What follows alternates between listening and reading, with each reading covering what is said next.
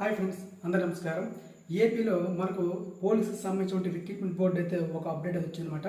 ముఖ్యంగా అందులో ఉన్నటువంటి కానిస్టేబుల్కి అయితే కాదు కానీ ఎస్ఐ పోస్టుల నియామకాలపైన ఒక కీలక నిర్ణయం తీసుకోబోతుంది ఏపీ సర్కారు.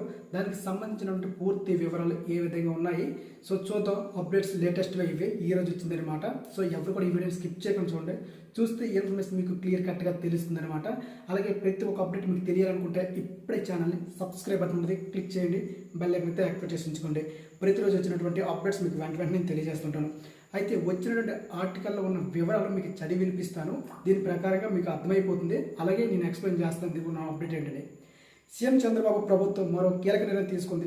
పోలీస్ నియామక నిబంధనలు సవరిస్తూ ఉత్తర్వులు జారీ చేసింది. ఆ మేరకు AP police civil subordinate service రూల్స్లో స్వల్ప మార్పులు చేసింది.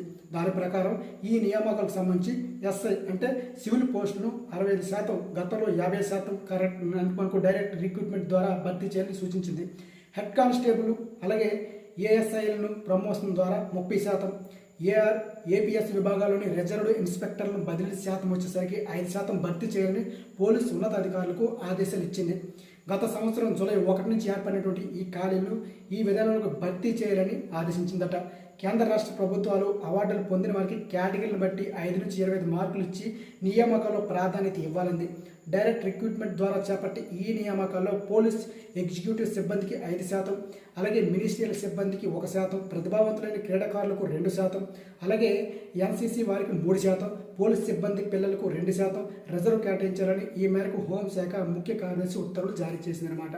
ఫ్రెండ్స్ చూస్తారు కదా, ఎవరైతే మనకు నియమించాలనుకుంటుంటే ఈ నోటిఫికేషన్ ఉందో అందులో ఉన్నటువంటి కొన్ని కేటగిరీల వారికి అయితే మనకు రిజర్వేషన్ కల్పించాలని చూస్తుంది.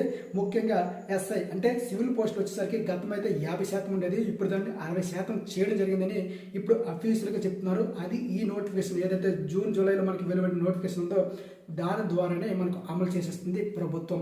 ముఖ్యంగా అందులో ఎవరెవరికి ఏ కేటగిరీలు కూడా చెప్పాను, శాతాలతో సహా వివరించి చెప్పాను అనమాట. సో చూసారు కదా. అలాగే పోలీస్ రిక్రూట్మెంట్కి సంబంధించి ఇంకా లేటెస్ట్ అప్డేట్స్ ఇంకా రావాల్సి ఉంది. ఏవైనా సరే మనకు ఈవెంట్స్ అయిపోయాయి కాబట్టి ఇంకా ఫైనల్గా మెయిన్స్ ఎగ్జామ్స్ ఉన్నాయి. దానికి సంబంధించిన డేట్స్ కానీ ఇంకెతరత్ర వివరాలు కూడా వస్తే కనుక ఆల్ టికెట్కి సంబంధించి కూడా మీకు క్లియర్ కట్గా తెలియజేస్తాను. కాబట్టి ఛానల్ డైలీ ఫాలో అవుతారండి. సో ఇది ఫ్రెండ్స్ వీడియో. జై హింద్.